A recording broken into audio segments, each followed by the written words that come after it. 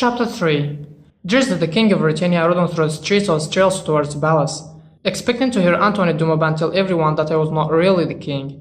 Yet I heard no one calling out, and I didn't look back. Perhaps she hadn't recognized me after all. I heard Marshal Strakenses give an order to his men, and we suddenly entered the poor part of town, where the people were loyal to Duke Michael. "Why we've changed our route?" I asked the marshal. "It's better this way," he explained. Surely this way, however, was into a part of town where the people support Duke Michael. How could this be a better way for the king? I stopped my horse and thought carefully. Perhaps this was the marshal's plan to test me. "Tell your soldiers to ride ahead of me," I told the marshal. "I don't need them or you. You can wait here until I've continued through the old town alone. I want the people who live here to see that their king trusted them." Sat looked worried and shook his head. I could see that he thought that was a very bad idea. Nevertheless, if I was to be a king, I decided I want to act like a king. All of my people should like me, not just a few. "Don't you understand me? Tell your soldiers to go!" I shouted. The marshal looked surprised but gave the orders to his soldiers to go ahead. And Sap's face looked even more anxious. I realized that if I were killed in that part of town, Sap's position would become very difficult. When all the soldiers were out of sight, I rode on my own through the streets of the old town. I realized how white, how clean my uniform seemed compared to the old buildings around me. The narrow streets were lined with hundreds of people, and I could feel their eyes on me. First, people talked quietly, but then I started to hear cheering. I was so close to the people in this poor area that I could easily hear what the people were saying about me. "I'm surprised that he's on his own." "But he's taller than I thought," said one. "His skin's very white," said another. Although some people smiled and cheered, others were quiet and looked at me angrily. I saw many paintings of the Duke in the windows, and I knew what they thought of me. Despite their anger, I reached the outside of the palace safely, and I got off my horse. Briefly, I saw Sat, whose expression was one of relief that I was still alive. It was now almost time for the coronation, and a group of soldiers led me inside a beautiful building.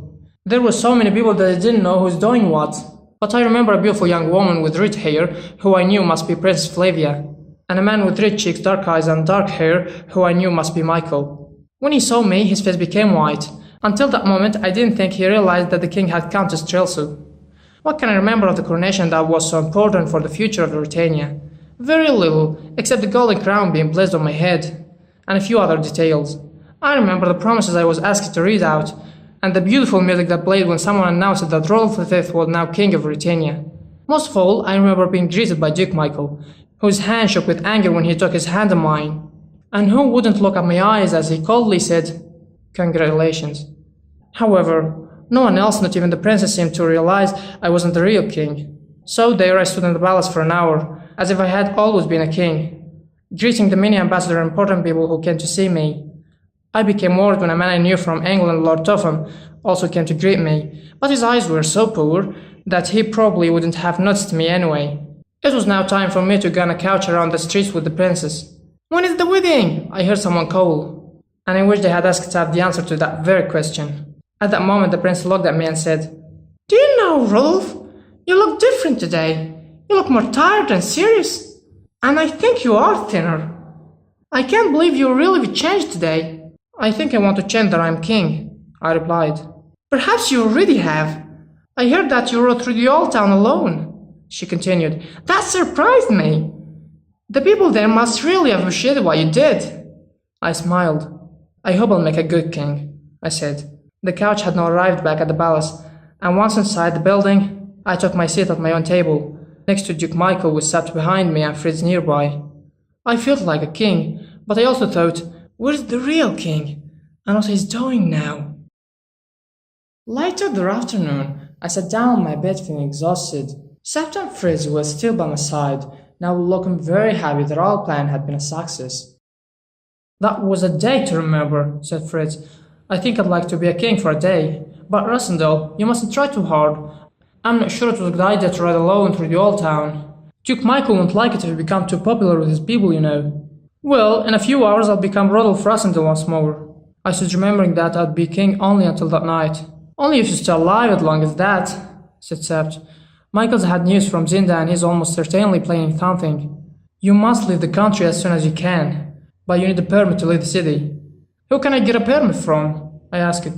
"The king, of course," said Sept, pulling on a table a form for me to sign and a paper with the king's signature for me to copy. Look, I can pretend to be the king because I look like him, I said. That doesn't mean I can write like him too. Oh, it's not hard to copy, said Sept, and he did it easily for me. Now remember our plan. I'll go with you, Rassendyll, said Sept. Now, Fritz, you'll tell everyone that the king has gone to bed and that he's not to be woken by anyone until 9 o'clock tomorrow morning. Do you understand, Fritz? No one. I understand, said Fritz. Michael may try to visit, continued Sept, but you mustn't let him in, even if your life depends on it. I don't need to be told that, said Fritz proudly. Here, blow in this big cotton hat, said Sept to me. Now, are you ready to go?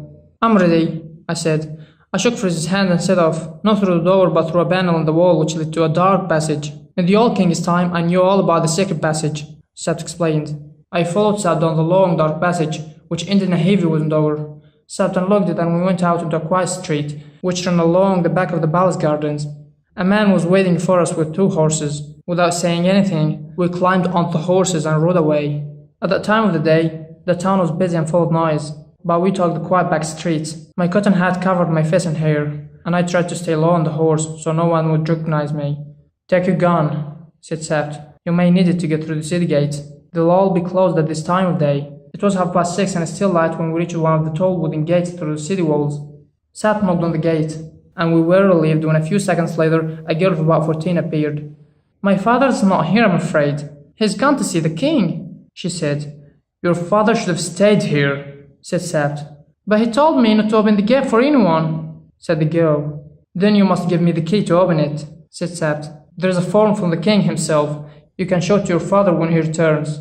Sept then gave the girl the signed form and a coin, and took the key from her hand. We quickly opened the gate, let our horses out, and we closed it again behind us. Now we must move quickly, Sept told me when he got back on the horses. Once we were inside the city, there was little danger, as nearly everyone was in the streets celebrating the coronation. It became a clear night with a shining moon, and soon we began to talk. What do you think the Duke knows of our plan? I said. I don't know, said Sept. A little later, we stopped at an inn, so that our horses could have a drink, and this lost us half an hour. We then continued and had gone around 40 kilometers from the city, when Sept suddenly stopped. It was nearly 9:30. Listen, he cried. I can hear something. Far behind us, we could just hear the noise of horses coming towards us. I looked at Sept and saw war in his face. We're lucky that the winds belong towards us, so we can hear them. Come on, he called, and we set off fast. After some time, we stopped again, and couldn't hear the other horses, so we slowed down and thought we could relax. However, a little farther, we stopped once more, and this time we heard them. Sept got off his horse and put his ear to the ground. I think there are 2 horses, he said. They are about 2 kilometers behind. We went on quickly, and eventually we reached the tall dark trees of the forest of Zenda, and stopped at a fork in the road. One road went deep into the forest, the other went outside the forest towards the town. To the right is our road, to the left is the castle. Now, get off your horse. Get off? But they'll catch us, I said. Get off your horse, he repeated angrily. I did what he asked. We took the horses into the dark trees and waited quietly, where we could see the road. But they, whoever they were, could not see us. I saw that Sept had a gun in his hand. Do you want to see who they are? I whispered. Yes, and where they are going, Sept answered. Soon we could hear the horses getting nearer and nearer. The moon was full now, so we could see the road clearly. Here they come, Sept whispered. Look, it's the Duke. On the road through the forest, I could see the Duke and a strong-looking man, who Sept later told me was Max Holf, brother to Johann, who I had seen at the inn. When they reached the fork in the road, they stopped. Which way? Asked Duke Michael. I think we should go to the castle where we can learn the truth, said Max. Why not the hunting lodge? Said Michael. If all is well, why go there? And if all isn't well, I fear there'll be a trap, said Max. The Duke didn't move and seemed to be listening. I thought I heard something, he said quietly. I saw Sept lift up his gun, but the Duke then said, To zenda then, and they settled once more. I could see that Sept still held up his gun and was pointing it at the Duke, but although I knew he would have loved to shoot, he realized it wouldn't have helped the king at the moment. He put his gun away once more. We waited silently for 10 minutes before we came out from the trees. So, he's had used the roles well, said Sabt. What does that mean? I asked. I wish I knew, said Sabt. It's a real puzzle. We rode on through the forest as fast as our tired horses would allow. We said nothing, and I thought about what the Duke had said. What did all is well mean? Was all well with the king? It didn't take us too long to reach the hunting lodge where we had left the king, and quickly jumped off our horses. The lodge was dark and quiet, and no one came out to meet us. All of a sudden, Sab took hold of my arm. Look there, he said, pointing at 5 or 6 torn and dirty handkerchiefs on the ground. That's what he used to tie up the old woman. Fasten the horses and let's see what's happened. The front door to the lodge wasn't locked, and we went into the room where I had eaten the night before. Plates and cups were still on the table. Come on, said Sat, and we ran down the passage toward the cellar where we had left the king, but the door to the cellar was open. So they found the old woman, I said. I realized that when I saw the handkerchiefs, said Sabt. Where's Joseph and the king? I asked. We found another door inside the cellar that was locked, and it took a lot of work to get it open. It was dark inside and completely silent, and I could see Sabt was looking very worried. He loved the king, and would have hated anything bad to have happened to him. There were a lot of things on the floor of the dark room, as if there had been a fight.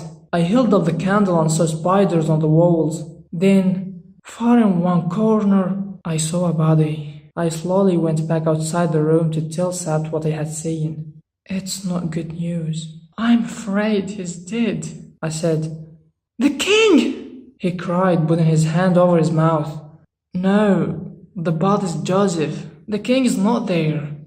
I closed the heavy door behind me, and we walked with heavy hearts back from the cellar to the dining room. So they've got the king, said Sabt, sitting down heavily with his hands over his face. That's why they said all is well. But when did they find out? I asked. Michael must have known all day, said Sabt. What did he think when he met me then? He knew I was not the real king. It doesn't matter what he thought then, said Sabt. What matters is what he thinks now. We must get back and collect every soldier in Strelso. Michael will have to be killed before the king is killed. Wait, said Sabt. We need to think. It must have been the old woman who told them what had happened somehow. I understand now. They came here to kidnap the king, and they found him in that room in the cellar. If we hadn't escaped to Strelso, we would have been killed. So where's the king now? I asked. I have no idea, he said. But you could see at the coronation that Duke Michael's really worried. Let's think about how can we worry him a bit more. A clock in the house struck when Sabt stood up with a smile, and I could see that he had another plan. We'll go back to Strelso, he said excitedly. The king will be back in the capital again tomorrow. How is that possible if we don't know where he is? We'll go back to Strelso and continue with the game we started. You've done a good job until now, so why not continue? Do you mean you want me to be the king again? I asked. Yes, I do, he cried.